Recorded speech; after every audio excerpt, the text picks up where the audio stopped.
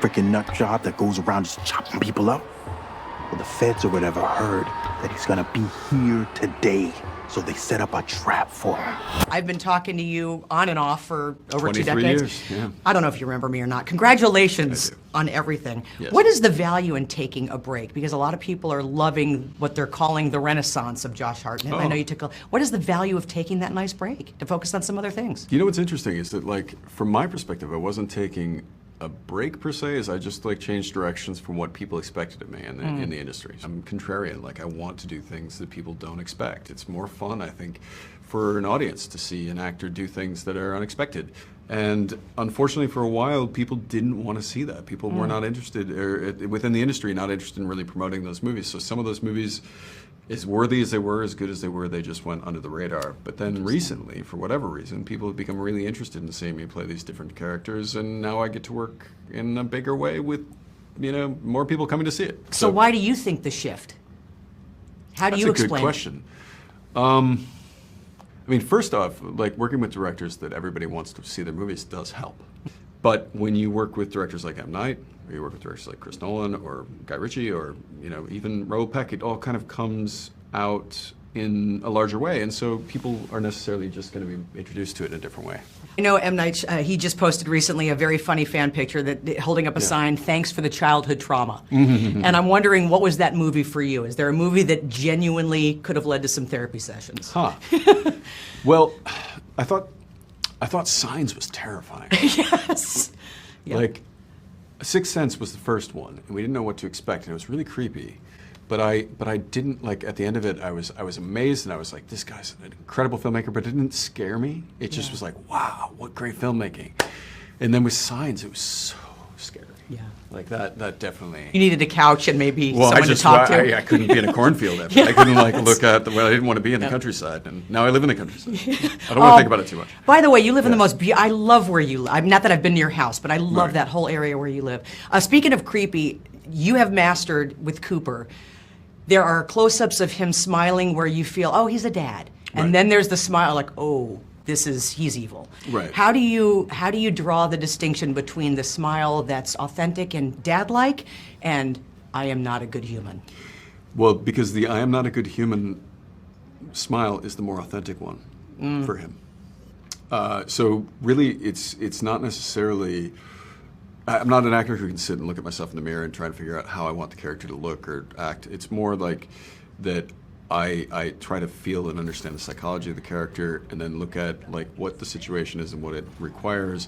And in those situations where he's kind of got this sort of murder in his eyes and he's smiling, it's because he's trying to cover unconvincingly something especially in that one moment where he finds out that like everybody knows he's there.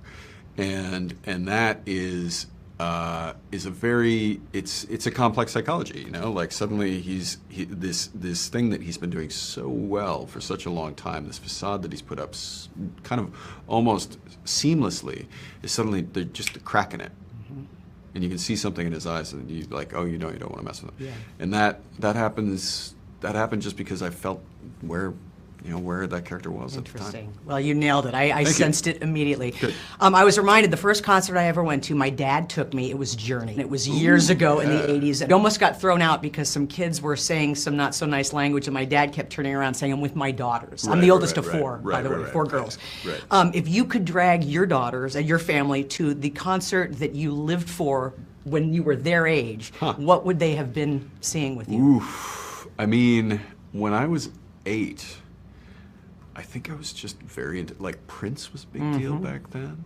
Michael Jackson was a big deal back then. Did you see him in concert? No, I never did. My parents didn't give me, like, they didn't bring me to a lot of concerts. Oh. Like, my dad's a musician. So, like, he was like, if you want to go to concerts, go to my concert. Okay. You're like, I'm a better dad than my dad was, so I take my kids to concerts that they want to go to. My dad's actually a great dad. But we took our kids to Taylor Swift recently, which they were obsessed with. So, do you know all the words?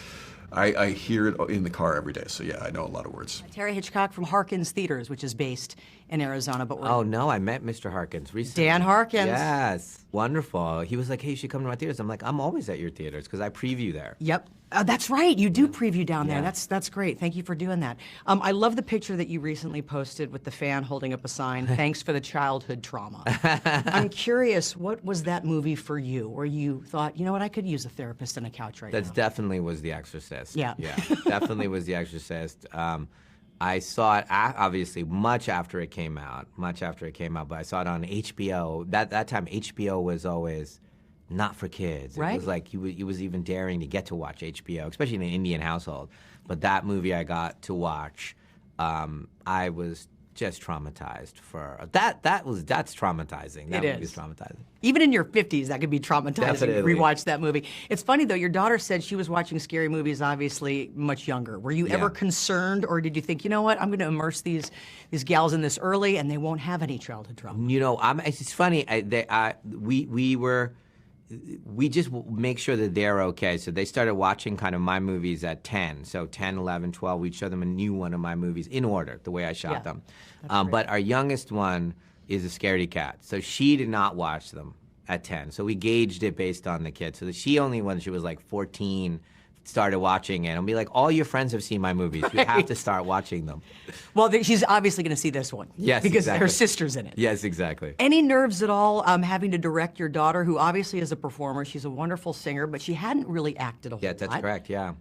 You know, I work with two type of actors. I work with like the highly trained world-class actors, like sometimes they're the best on Broadway or whatever it is, and their craft has gotten them to the place that they are pure, in my opinion. Josh would fall into that category.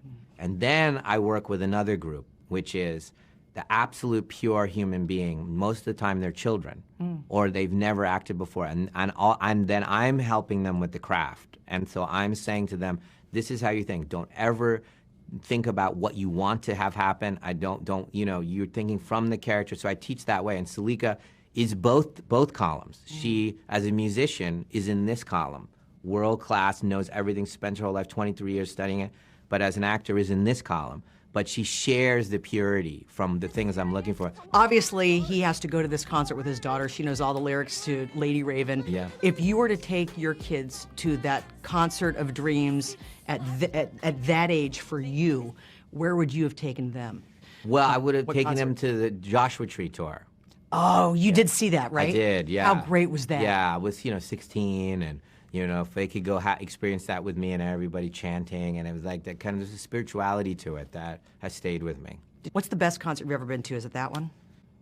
That was amazing. I got to take the girls, and we got to see Adele on the beginning of her 21 tour before this it had happened. So Philadelphia was one of the first stops. It was only 2,000 seater, and it was a standing room actually. It wasn't even seats. So it was just a small group, and I went backstage and I said, "Hey, I loved your first album, 19." And she was so excited. She brought me to the curtain and said, "I sold it out."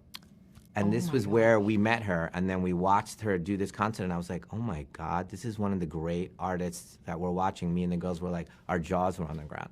Did she thank you and then say thanks for the childhood trauma? No, she did it. She did it. Your dad on Instagram posted a very cute picture the other day of a fan holding up a sign that Yes. said, thanks for the childhood trauma. I would imagine you're immune to any of that when it comes to horror films, or was there a Yeah. film that caused some issues? I mean, we watched a lot of scary movies growing up, as you could probably imagine, just because my dad loved them. My childhood favorite movie was Poltergeist as a young kid, and then I really loved this movie called Audrey Rose, which is this terrifying and horrifying movie about this girl who's haunted by her past life and is dying over and over again. It's so scary. And now I look back and then I'm like, I was 12 watching it. What? But I loved it. I don't know. But you didn't need therapy afterwards. It wasn't childhood trauma per se. No, Okay. I liked being scared. Yeah. I'm easily scared, but I enjoy it. Yeah. That actually leads to my next question. In your opinion, since this is your first big film, what makes a scary movie, in your opinion? I mean, suspense, I would say, and feeling connected to the character so that when they're scared, you feel scared. I would imagine as a singer, which you are, and you do a great job in this with the songs, and I'll get to the songs in a minute, but I would imagine if you're a singer and your dad writes a film that involves you basically being the Taylor Swift of that generation and doing your own Eras tour, what is that like to film those scenes and be up on stage and as if you're actually doing it? It was challenging and scary. I mean, the music part of it felt very close to home because that was just me writing in the studio and doing, you know, what I love. The performance part of it was like, you know, kind of trying to step into the shoes of a pop star and how they would feel walking out and the confidence they would have and all the things that I've never experienced, and I'm like trying to imagine, you know, what it would feel like. But it was such a loving environment, and the audience that was there, you know, they were really into it and they knew the songs, they were singing along, and so it was just joyous. I feel you are so prepared for a global world tour right Oh, now. God. After doing this, but between all the choreography and all the songwriting and everything that you've done. Josh Hartnett, you know, I just talked to him about that shift he makes when he's Yes. smiling on camera as a dad, and you're like, Yeah. oh, he's a father. So sweet. And then all of a sudden you're like, oh, he's an evil human. Just the Yes. shift in the eyes or what he Yeah, does. he's When so you're good at that. when you're witnessing that, can you sense the shift too? Do you see the difference in his smile? He's so incredibly good. Like, he's just so good at his craft. I mean, he was scary. Like, when we were doing our scenes and things like that, he's very intimidating. But then the second we're like, he's out of character. He's the sweetest guy, and he's like really a dad. He's got 4 kids. He's so sweet. So I mean, we're all so friendly, and he's so lovable. But he's just really gets into that character, and it's amazing to watch. I can't get away. I can't stop. I'll just do this one last one.